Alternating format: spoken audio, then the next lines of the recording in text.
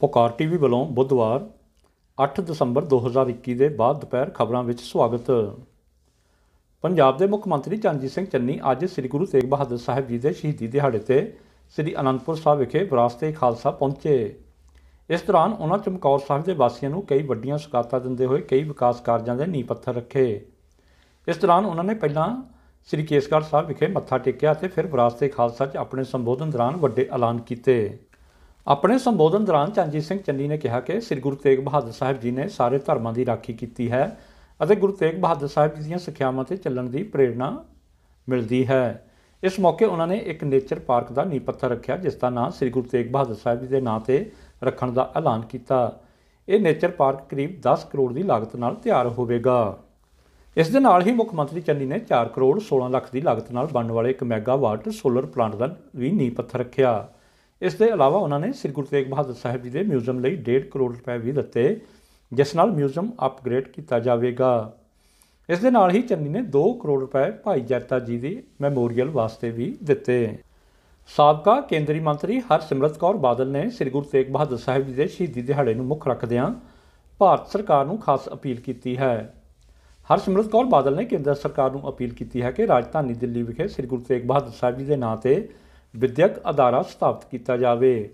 ਇਸ ਦੇ ਨਾਲ ਹੀ ਉਹਨਾਂ ਇਹ ਵੀ ਕਿਹਾ ਕਿ ਦਿੱਲੀ ਹਵਾਈ ਅੱਡੇ ਦਾ ਨਾਂ ਗੁਰੂ ਸਾਹਿਬ ਜੀ ਦੇ ਨਾਂ 'ਤੇ ਰੱਖਿਆ ਜਾਵੇ। ਉਹਨਾਂ ਕਿਹਾ ਕਿ ਇਹ ਕਦਮ ਭਾਰਤ ਦੇ ਧਾਰਮਿਕ ਅਤੇ ਸਮਾਜਿਕ ਸਹਿਣਸ਼ੀਲਤਾ ਦੇ ਸੰਦੇਸ਼ ਨੂੰ ਵਿਸ਼ਵ ਭਰ 'ਚ ਪਹੁੰਚਾਉਣ ਲਈ ਸਾਰਥਕ ਸਿੱਧ ਹੋਵੇਗਾ। ਬਾਦਲ ਨੇ ਕਿਹਾ ਕਿ ਮਨੁੱਖੀ ਇਤਿਹਾਸ 'ਚ ਇੱਕ ਬੇਮਿਸਾਲ ਸ਼ਹਾਦਤ ਅਤੇ ਇੱਕ ਵਿਸ਼ਵਾਸ ਕਾਇਮ ਰੱਖਣ ਲਈ ਇੱਕ ਵਿਅਕਤੀ ਵਿਸ਼ੇਸ਼ ਵੱਲੋਂ ਆਪਣੀ ਮਹਾਨ ਕੁਰਬਾਨੀ ਦਿੱਤੀ ਗਈ। ਲੋਕ ਸਭਾ ਨੇ ਅੱਜ 9ਵੇਂ ਸਿੱਖ ਗੁਰੂ ਤੇਗ ਬਹਾਦਰ ਸਾਹਿਬ ਜੀ ਦੀ ਸ਼ਹਾਦਤ ਨੂੰ ਯਾਦ ਕਰਦਿਆਂ ਕਾਂਗਰਸ ਦੇ ਸੰਸਦ ਮੈਂਬਰ ਰਵਨੀਤ ਸਿੰਘ ਬਿੱਟੂ ਨੇ ਗੁਰੂ ਤੇਗ ਬਹਾਦਰ ਸਾਹਿਬ ਦੇ ਨਾਂ 'ਤੇ ਦਿੱਲੀ ਵਿੱਚ ਰਾਸ਼ਟਰੀ ਯੂਨੀਵਰਸਿਟੀ ਬਣਾਉਣ ਦੀ ਮੰਗ ਕੀਤੀ। ਭਾਜਪਾ ਦੇ ਸੰਸਦ ਮੈਂਬਰ SS ਆਹਲੂਵਾਲੀਆ ਨੇ ਵੀ ਗੁਰੂ ਤੇਗ ਬਹਾਦਰ ਸਾਹਿਬ ਜੀ ਦੀ ਸ਼ਹਾਦਤ ਨੂੰ ਯਾਦ ਕੀਤਾ। ਪੰਜਾਬ ਲੋਕ ਕਾਂਗਰਸ ਪਾਰਟੀ ਦੇ ਦਫ਼ਤਰ ਦੀ ਆਰੰਭਤਾ ਤੋਂ ਇੱਕ ਦਿਨ ਬਾਅਦ ਹੀ ਕੇਂਦਰੀ ਜਲ ਸ਼ਕਤੀ ਮੰਤਰੀ ਤੇ ਪੰਜਾਬ 'ਚ ਭਾਜਪਾ ਚੋਣ ਕਮੇਟੀ ਦੇ ਇੰਚਾਰਜ ਗਜਿੰਦਰ ਸਿੰਘ ਸ਼ੇਖਾਵਤ ਕੈਪਟਨ ਅਮਰਿੰਦਰ ਸਿੰਘ ਨੂੰ ਮਿਲਣ ਲਈ ਉਹਨਾਂ ਦੇ ਸਿਸਵਾ ਸਥਿਤ ਫਾਰਮ ਹਾਊਸ 'ਤੇ ਪੁੱਜੇ। ਸ਼ੇਖਾਵਤ ਦੇ ਇਸ ਦੌਰੇ ਤੋਂ ਸਪਸ਼ਟ ਹੋ ਗਿਆ ਕਿ 2022 ਦੀਆਂ ਵਿਧਾਨ ਸਭਾ ਚੋਣਾਂ 'ਚ ਕੈਪਟਨ ਦੀ ਪਾਰਟੀ ਤੇ ਭਾਜਪਾ ਦਾ ਗੱਠਜੋੜ ਤੈਅ ਹੈ। ਹੁਣ ਬਸ ਇਸ ਦੇ ਰਸਮੀ ਐਲਾਨ ਦਾ ਇੰਤਜ਼ਾਰ ਹੈ, ਜੋ ਕਿ ਕੇਂਦਰੀ ਗ੍ਰਹਿ ਮੰਤਰੀ ਅਮਿਤ ਸ਼ਾਹ ਤੇ ਭਾਜਪਾ ਦੇ ਕੌਮੀ ਪ੍ਰਧਾਨ JP ਨੱਡਾ ਨਾਲ ਕੈਪਟਨ ਦੀ ਮੁਲਾਕਾਤ ਉਪਰੰਤ ਕਦੇ ਵੀ ਹੋ ਸਕਦਾ ਹੈ। ਉਧਰ ਭਾਜਪਾ ਦੇ ਸੂਬਾ ਪ੍ਰਧਾਨ ਅਸ਼ਵਨੀ ਸ਼ਰਮਾ ਦਾ ਕਹਿਣਾ ਹੈ ਕਿ ਬਤੌਰ ਸੂਬਾ ਪ੍ਰਧਾਨ ਉਹ 117 ਸੀਟਾਂ ਲੜਨ ਦੀ ਤਿਆਰੀ ਕਰ ਰਹੇ ਹਨ। ਪਾਰਟੀ ਦੇ ਸੂਤਰ ਦੱਸਦੇ ਹਨ ਕਿ ਭਾਜਪਾ ਤੇ ਕੈਪਟਨ ਦੀ ਪੰਜਾਬ ਲੋਕ ਕਾਂਗਰਸ ਪਾਰਟੀ ਵਿਚਾਲੇ 70-35 ਦਾ ਫਾਰਮੂਲਾ ਬਣ ਸਕਦਾ ਹੈ। ਬਾਕੀ ਦੀਆਂ ਸੀਟਾਂ ਸੁਖਦੇਵ ਸਿੰਘ ਢੀਂਡਸਾ ਦੇ ਸ਼੍ਰੋਮਣੀ ਅਕਾਲੀ ਦਲ ਸੰਯੁਕਤ ਤੇ ਹੋਰਨਾਂ ਨੂੰ ਦਿੱਤੀਆਂ ਜਾ ਸਕਦੀਆਂ ਹਨ। ਸਕੂਲੀ ਸਿੱਖਿਆ ਨੂੰ ਗੁਣਾਤਮਕਤਾ ਪ੍ਰਦਾਨ ਕਰਨ ਅਤੇ ਸਰਕਾਰੀ ਸਕੂਲਾਂ ਦੇ ਵਿਦਿਆਰਥੀਆਂ ਨੂੰ ਸਮੇਂ ਦਾ ਹਾਣੀ ਬਣਾਉਣ ਲਈ ਪੰਜਾਬ ਸਰਕਾਰ ਵੱਲੋਂ ਕੀਤੇ ਜਾ ਰਹੇ ਵਿਸ਼ੇਸ਼ ਉਪਰਾਲਿਆਂ ਦੀ ਲੜੀ ਵਿੱਚ ਸੂਬੇ ਦੇ 872 ਸਰਕਾਰੀ ਸੀਨੀਅਰ ਸੈਕੰਡਰੀ ਸਕੂਲਾਂ ਦੀਆਂ ਲਾਇਬ੍ਰੇਰੀਆਂ ਨੂੰ 4361 ਟੈਬਲੇਟ ਦੇਣ ਦਾ ਫੈਸਲਾ ਕੀਤਾ ਗਿਆ ਹੈ। ਇਹ ਖੁਲਾਸਾ ਸਿੱਖਿਆ ਮੰਤਰੀ ਪ੍ਰਗਟ ਸਿੰਘ ਨੇ ਅੱਜ ਪ੍ਰੈਸ ਕਾਨਫਰੰਸ ਵਿੱਚ ਕੀਤਾ। ਸਰਕਾਰੀ ਸਕੂਲਾਂ ਦੀਆਂ ਲਾਇਬ੍ਰੇਰੀਆਂ ਨੂੰ ਹਾਈਟੈਕ ਬਣਾਉਣ ਦੇ ਉਦੇਸ਼ ਨਾਲ ਪ੍ਰਤੀ ਸਕੂਲ 5 ਟੈਬਲੇਟ ਦਿੱਤੇ ਜਾ ਰਹੇ ਹਨ। ਉਹਨਾਂ ਅੱਗੇ ਦੱਸਿਆ ਕਿ ਵਿਭਾਗ ਵੱਲੋਂ ਟੈਬਲੇਟਾਂ ਵਿੱਚ ਕੰਟੈਂਟ ਨਾਲ ਸੰਬੰਧਿਤ ਐਪਸ ਵੀ ਇੰਸਟਾਲ ਕਰਕੇ ਦਿੱਤੀਆਂ ਜਾ ਰਹੀਆਂ ਹਨ ਅਤੇ ਸੰਬੰਧਿਤ ਸਕੂਲਾਂ ਨੂੰ ਕੰਟੈਂਟ ਚਾਲੂ ਹਾਲਤ ਵਿੱਚ ਰੱਖਣਾ ਯਕੀਨੀ ਬਣਾਉਣ ਦੀ ਹਦਾਇਤ ਕੀਤੀ ਗਈ ਹੈ। ਪੰਜਾਬ ਸਰਕਾਰ ਤੋਂ ਆਪਣੀਆਂ ਮੰਗਾਂ ਮਨਾਉਣ ਲਈ PRTC ਤੇ ਪਨ ਬੱਸ ਠੇਕਾ ਕਰਮਚਾਰੀਆਂ ਨੇ ਅੱਜ ਲਗਾਤਾਰ ਦੂਜੇ ਦਿਨ ਵੀ ਰਾਜ ਭਰ 'ਚ ਬੱਸਾਂ ਬੰਦ ਰੱਖੀਆਂ। PRTC ਦੇ ਪਟਿਆਲਾ, ਬੁਢਲਾਡਾ, ਬਰਨਾਲਾ, ਬਠਿੰਡਾ ਅਤੇ ਸੰਗਰੂਰ ਸਣੇ ਸਾਰੇ ਡਿਪੂਆਂ ਬਾਹਰ ਅੱਜ ਮੁੜ ਪੰਜਾਬ ਸਰਕਾਰ ਖਿਲਾਫ ਧਰਨਾ ਲਾ ਕੇ ਨਾਅਰੇਬਾਜ਼ੀ ਕੀਤੀ ਗਈ। ਯੂਨੀਅਨ ਦੇ ਆਗੂ ਗੁਰਪ੍ਰੀਤ ਸਿੰਘ ਝਨੀਰ ਨੇ ਦੱਸਿਆ ਕਿ ਮੰਗਾਂ ਮੰਨਣ ਤੱਕ ਧਰਨਾ ਜਾਰੀ ਰੱਖਿਆ ਜਾਵੇਗਾ। ਉਧਰ ਲਗਾਤਾਰ ਦੂਜੇ ਦਿਨ ਇਸ ਹੜਤਾਲ ਦੇ ਜਾਰੀ ਰਹਿਣ ਨਾਲ ਲੋਕਾਂ ਨੂੰ ਸਫ਼ਰ ਕਰਨ ਲਈ ਵੱਡੀ ਤਕਲੀਫ ਦਾ ਸਾਹਮਣਾ ਕਰਨਾ ਪੈ ਰਿਹਾ ਹੈ। ਦੂਜੇ ਪਾਸੇ PRTC ਅਤੇ ਰੋਡਵੇਜ਼ ਦੇ ਪੱਕੇ ਮੁਲਾਜ਼ਮਾਂ ਵੱਲੋਂ ਅੱਜ ਵੀ ਕੱਲ੍ਹ ਵਾਂਗ ਕੁਝ ਰੂਟਾਂ ਉੱਪਰ ਬੱਸ ਸੇਵਾ ਨੂੰ ਜਾਰੀ ਰੱਖਿਆ ਗਿਆ।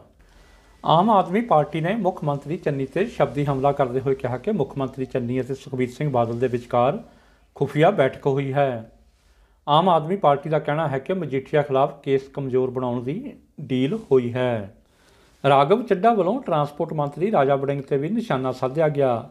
ਉਹਨਾਂ ਦਾ ਕਹਿਣਾ ਹੈ ਕਿ ਬੱਸਾਂ ਨੂੰ ਇੰਪਾਊਂਡ ਕਰਨਾ ਵੀ ਕੇਵਲ ਇੱਕ ਵਿਖਾਵਾ ਹੈ। ਉਹਨਾਂ ਦਾ ਕਹਿਣਾ ਹੈ ਕਿ ਕਾਂਗਰਸੀਆਂ ਤੇ ਅਕਾਲੀਆਂ ਦੀ ਅੰਡਰਸਟੈਂਡਿੰਗ ਕਾਫੀ ਪੁਰਾਣੀ ਹੈ ਅਤੇ ਲੋਕਾਂ ਨੂੰ ਗੁੰਮਰਾਹ ਕੀਤਾ ਜਾ ਰਿਹਾ ਹੈ। ਤਾਮਿਲਨਾਡੂ ਦੇ ਕਨੂਰ 'ਚ ਬੁੱਧਵਾਰ ਯਾਨੀ ਕਿ ਅੱਜ ਹਵਾਈ ਫੌਜ ਦਾ ਹੈਲੀਕਾਪਟਰ ਹਾਦਸੇ ਦਾ ਸ਼ਿਕਾਰ ਹੋ ਗਿਆ। ਹੈਲੀਕਾਪਟਰ 'ਚ chief of defence staff CDS Bipin Rawat, ਉਹਨਾਂ ਦੀ ਪਤਨੀ ਸਮੇਤ 14 ਲੋਕ ਸਵਾਰ ਸਨ। ਹਾਦਸੇ ਤੋਂ ਬਾਅਦ ਝੁਲਸੇ 3 ਜਵਾਨਾਂ ਦਾ ਰੈਸਕਿਊ ਕੀਤਾ ਗਿਆ ਹੈ ਅਤੇ ਉਹਨਾਂ ਨੂੰ ਵੈਲਿੰਗਟਨ ਹਸਪਤਾਲ 'ਚ ਦਾਖਲ ਕਰਵਾਇਆ ਗਿਆ ਹੈ। 11 ਲਾਸ਼ਾਂ ਬਰਾਮਦ ਕੀਤੀਆਂ ਗਈਆਂ ਹਨ। ਜਾਣਕਾਰੀ ਮੁਤਾਬਕ ਖਰਾਬ ਮੌਸਮ ਦੀ ਵਜ੍ਹਾ ਕਾਰਨ ਇਹ ਹਾਦਸਾ ਵਾਪਰਿਆ ਹੈ। ਰੱਖਿਆ ਸੂਤਰਾਂ ਨੇ ਦੱਸਿਆ ਕਿ ਹਾਦਸੇ ਦਾ ਸ਼ਿਕਾਰ ਹੋਏ ਹੈਲੀਕਾਪਟਰ 'ਚ 14 ਲੋਕ ਮੌਜੂਦ ਸਨ। ਇਹ ਹੈਲੀਕਾਪਟਰ ਵੈਲਿੰਗਟਨ ਤੋਂ ਸੂਲਰ ਜਾ ਰਿਹਾ ਸੀ। ਹਵਾਈ ਫੌਜ ਨੇ ਜਾਂਚ ਦੇ ਹੁਕਮ ਦੇ ਦਿੱਤੇ ਹਨ। ਜਿਸ ਥਾਂ 'ਤੇ ਹੈਲੀਕਾਪਟਰ ਹਾਦਸੇ ਦਾ ਸ਼ਿਕਾਰ ਹੋਇਆ ਹੈ ਉਹ ਇਲਾਕਾ ਕਾਫੀ ਸੰਘਣਾ ਹੈ। ਆਲੇ ਦੁਆਲੇ ਚਾਰੋਂ ਪਾਸੇ ਦਰੱਖਤ ਹੀ ਦਰੱਖਤ ਹਨ। ਹਾਦਸਾ ਇੰਨਾ ਭਿਆਨਕ ਸੀ ਕਿ ਚਾਰੋਂ ਪਾਸੇ ਅੱਗ ਦੀਆਂ ਲਪਟਾਂ ਨਜ਼ਰ ਆ ਰਹੀਆਂ ਹਨ। ਫੌਜ ਅਤੇ ਹਵਾਈ ਫੌਜ ਦੀਆਂ ਟੁਕੜੀਆਂ ਬਚਾਅ ਮੁਹਿੰਮ ਲਈ ਪਹੁੰਚ ਗਈਆਂ ਹਨ। ਆਲੇ ਦੁਆਲੇ ਦੇ ਇਲਾਕੇ ਵਿੱਚ ਵੀ ਤਲਾਸ਼ੀ ਮੁਹਿੰਮ ਚਲਾਈ ਜਾ ਰਹੀ ਹੈ। ਹਾਦਸੇ ਦਾ ਸ਼ਿਕਾਰ ਹੋਇਆ ਹੈਲੀਕਾਪਟਰ MI ਸੀਰੀਜ਼ ਦਾ ਸੀ। CDS ਬਿਪਿਨ ਰਾਵਤ ਆਪਣੀ ਪਤਨੀ ਨਾਲ ਵੈਲਿੰਗਟਨ 'ਚ ਇੱਕ ਪ੍ਰੋਗਰਾਮ 'ਚ ਸ਼ਾਮਲ ਹੋਣ ਗਏ ਸਨ। ਵੈਲਿੰਗਟਨ ਵਿੱਚ ਡਿਫੈਂਸ ਸਟਾਫ ਦਾ ਕਾਲਜ ਹੈ ਜਿੱਥੇ ਰਾਵਤ ਦਾ ਲੈਕਚਰ ਸੀ। ਇੱਥੋਂ ਉਹਨਾਂ ਨੂੰ ਦਿੱਲੀ ਲਈ ਰਵਾਨਾ ਹੋਣਾ ਸੀ। ਹੈਲੀਕਾਪਟਰ ਵਿੱਚ ਰਾਵਤ ਨਾਲ ਉਹਨਾਂ ਦੀ ਪਤਨੀ Madhulika, brigadier lieutenant colonel Harjinder Singh, Gursewak Singh PSO, NK Jatinder Kumar PSO, LNK ਬਬੀਕ ਕੁਮਾਰ, LNK B ਸਾਈ ਤੇਜਾ, ਹੌਲਦਾਰ ਸਤਪਾਲ ਉਹਨਾਂ ਨਾਲ ਆਏ ਸਨ। ਸਮਾਚਾਰ ਏਜੰਸੀ ਮੁਤਾਬਕ ਜੋ ਲਾਸ਼ਾਂ ਮਿਲੀਆਂ ਹਨ ਉਹ 80% ਤੱਕ ਝੁਲਸੀਆਂ ਹੋਈਆਂ ਹਨ। ਅਜਿਹੇ ਵਿੱਚ ਉਹਨਾਂ ਦੀ ਪਛਾਣ ਨਹੀਂ ਹੋ ਸਕੀ। ਕੇਂਦਰੀ ਰੱਖਿਆ ਮੰਤਰੀ ਰਾਜਨਾਥ ਸਿੰਘ ਹੈਲੀਕਾਪਟਰ ਹਾਦਸੇ ਤੋਂ ਬਾਅਦ CDS ਬਿਪਿਨ ਰਾਵਤ ਦੇ ਘਰ ਪਹੁੰਚੇ ਹਨ। ਰੱਖਿਆ ਮੰਤਰੀ ਦਿੱਲੀ 'ਚ ਸਥਿਤ ਸਰਕਾਰੀ ਆਵਾਸ 'ਤੇ ਬੁੱਧਵਾਰ ਦੁਪਹਿਰ ਨੂੰ ਪੁੱਜੇ। ਕੁਝ ਦੇਰ ਬਾਅਦ ਰਾਜਨਾਥ ਸਿੰਘ ਤਾਮਿਲਨਾਡੂ 'ਚ ਹੋਏ ਹਾਦਸੇ ਨੂੰ ਲੈ ਕੇ ਸੰਸਦ 'ਚ ਬਿਆਨ ਜਾਰੀ ਕਰਨਗੇ। ਇਸ ਬਿਆਨ 'ਚ ਉਹ CDS ਅਤੇ ਹੈਲੀਕਾਪਟਰ ਨਾਲ ਜੁੜੀ ਅਹਿਮ ਜਾਣਕਾਰੀ ਦੇਸ਼ ਵਾਸੀਆਂ ਨੂੰ ਮੁਹੱਈਆ ਕਰਵਾਉਣਗੇ। ਕਾਂਗਰਸ ਪ੍ਰਧਾਨ ਸੋਨੀਆ ਗਾਂਧੀ ਨੇ ਅੱਜ ਕਾਂਗਰਸੀ ਸੰਸਦੀ ਦਲ ਦੀ ਬੈਠਕ 'ਚ ਕਿਹਾ ਕਿ ਕਾਂਗਰਸ ਖੇਤੀ ਖੇਤਰ ਦੀਆਂ ਚੁਣੌਤੀਆਂ 'ਤੇ ਸੰਸਦ 'ਚ ਚਰਚਾ 'ਤੇ ਜ਼ੋਰ ਦੇਵੇਗੀ। ਕਾਂਗਰਸ ਕਿਸਾਨਾਂ ਦੀ ਘੱਟੋ ਘੱਟ ਸਮਰਥਨ ਮੁੱਲ 'ਤੇ ਕਾਨੂੰਨੀ ਗਰੰਟੀ, ਮ੍ਰਿਤਕ ਕਿਸਾਨਾਂ ਦੇ ਪਰਿਵਾਰਾਂ ਨੂੰ ਮੁਆਵਜ਼ਾ ਦੇਣ ਦੀ ਮੰਗ ਨਾਲ ਖੜੀ ਹੈ। ਪਾਰਟੀ ਸਰਹੱਦ 'ਤੇ ਸਥਿਤੀ ਤੇ ਗੁਆਂਢੀ ਦੇਸ਼ਾਂ ਨਾਲ ਸਬੰਧਾਂ 'ਤੇ ਸੰਸਦ 'ਚ ਪੂਰਾ ਚਰਚਾ ਦੀ ਮੰਗ ਕਰੇਗੀ। ਉਹਨਾਂ ਕਿਹਾ ਕਿ ਨਾਗਾਲੈਂਡ ਕਾਂਡ ਲਈ ਸਰਕਾਰ ਦਾ ਅਫਸੋਸ ਹੀ ਕਾਫੀ ਨਹੀਂ, ਅਜਿਹੇ ਦੁਖਾਂਤ ਨੂੰ ਮੁੜ ਵਾਪਰਨ ਤੋਂ ਰੋਕਣ ਲਈ ਭਰੋਸੇਮੰਦ ਕਦਮ ਚੁੱਕੇ ਜਾਣ। ਸ਼੍ਰੀਮਤੀ ਗਾਂਧੀ ਨੇ ਰਾਜ ਸਭਾ ਦੇ 12 ਵਿਰੋਧੀ ਸੰਸਦ ਮੈਂਬਰਾਂ ਦੀ ਮੁਅੱਤਲੀ ਨੂੰ ਗਲਤ ਅਤੇ ਸੰਵਿਧਾਨ ਤੇ ਨਿਯਮਾਂ ਦੋਵਾਂ ਦੀ ਉਲੰਘਣਾ ਕਰਾਰ ਦਿੱਤਾ। ਉਹਨਾਂ ਕਿਹਾ ਕਿ COVID-19 ਵਿਰੋਧੀ ਵੈਕਸੀਨ ਦੀਆਂ ਦੋਵੇਂ ਖੁਰਾਕਾਂ ਨਾਲ 60% ਆਬਾਦੀ ਨੂੰ ਕਵਰ ਕਰਨ ਲਈ ਯਤਨ ਤੇਜ਼ ਕੀਤੇ ਜਾਣੇ ਚਾਹੀਦੇ ਹਨ। ਸੰਯੁਕਤ ਕਿਸਾਨ ਮੋਰਚਾ SKM ਵੱਲੋਂ ਪ੍ਰਦਰਸ਼ਨ ਕਰ ਰਹੇ ਕਿਸਾਨਾਂ ਦੀਆਂ ਬਾਕੀ ਮੰਗਾਂ 'ਤੇ ਸਰਕਾਰ ਨਾਲ ਗੱਲਬਾਤ ਕਰਨ ਲਈ ਬਣਾਈ 5 ਮੈਂਬਰੀ ਕਮੇਟੀ ਨੇ ਕਿਹਾ ਕਿ ਕਿਸਾਨ ਯੂਨੀਅਨ ਪ੍ਰਸਤਾਵ ਨੂੰ ਲੈ ਕੇ ਆਸ਼ਾਵਾਦੀ ਹੈ ਅਤੇ ਇਸ 'ਤੇ ਅੱਗੇ ਵਧ ਰਹੀ ਹੈ। ਕਮੇਟੀ ਦੀ ਮੀਟਿੰਗ ਤੋਂ ਬਾਅਦ ਪੱਤਰਕਾਰਾਂ ਨਾਲ ਗੱਲਬਾਤ ਕਰਦਿਆਂ ਕਿਸਾਨ ਆਗੂ ਯੁੱਧਵੀਰ ਸਿੰਘ ਨੇ ਕਿਹਾ ਕਿ ਉਹਨਾਂ ਨੇ ਕੇਂਦਰ ਤੋਂ ਮਿਲੀ ਨਵੀਂ ਤਜਵੀਜ਼ 'ਤੇ ਵਿਚਾਰ ਕੀਤਾ ਹੈ। ਇੱਕ ਹੋਰ ਕਿਸਾਨ ਆਗੂ ਗੁਰਨਾਮ ਸਿੰਘ ਚੜੂਨੀ ਨੇ ਕਿਹਾ, ਸਰਕਾਰ ਦੇ ਨਵੇਂ ਪ੍ਰਸਤਾਵ 'ਤੇ ਅੰਤਮ ਫੈਸਲਾ ਸਿੰਘੂ ਬਾਰਡਰ 'ਤੇ SKM ਦੀ ਮੀਟਿੰਗ ਦੌਰਾਨ ਲਿਆ ਜਾਵੇਗਾ ਕਿ ਪ੍ਰਦਰਸ਼ਨਕਾਰੀ ਕਿਸਾਨਾਂ ਨੂੰ ਸਰਕਾਰ ਦੀ ਨਵੀਂ ਤਜਵੀਜ਼ ਤੋਂ ਬਾਅਦ ਆਪਣਾ ਅੰਦੋਲਨ ਖਤਮ ਕਰਨਾ ਚਾਹੀਦਾ ਹੈ ਜਾਂ ਨਹੀਂ।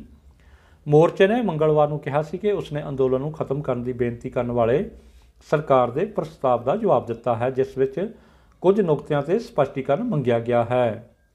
ਇਸ ਵਿੱਚ ਕਿਸਾਨਾਂ ਵਿਰੁੱਧ ਦਰਜ ਕੀਤੇ ਗਏ ਕੇਸ ਵਾਪਸ ਲੈਣ ਦੀ ਸ਼ਰਤ 'ਤੇ ਵੀ ਸਪਸ਼ਟੀਕਰਨ ਮੰਗਿਆ ਗਿਆ ਹੈ। ਭਾਰਤੀ ਰਿਜ਼ਰਵ ਬੈਂਕ ਦੀ ਮੁਦਰਾ ਨੀਤੀ ਕਮੇਟੀ ਨੇ ਨੀਤੀਗਤ ਦਰ ਰੈਪੋ ਨੂੰ 4% 'ਤੇ ਬਰਕਰਾਰ ਰੱਖਿਆ ਹੈ। RBI ਦੇ ਗਵਰਨਰ ਸ਼ਕਤੀਕਾਂਤ ਦਾਸ ਨੇ ਦੱਸਿਆ ਕਿ ਰਿਜ਼ਰਵ ਬੈਂਕ ਵਿਕਾਸ ਦਰ ਨੂੰ ਲੀਹ 'ਤੇ ਲਿਆਉਣ ਤੇ ਉਸ ਨੂੰ ਹੋਰ ਮਜ਼ਬੂਤ ਆਧਾਰ ਦੇਣ ਲਈ ਉਦਾਰ ਰੁਖ ਅਪਣਾਉਂਦਾ ਰਹੇਗਾ।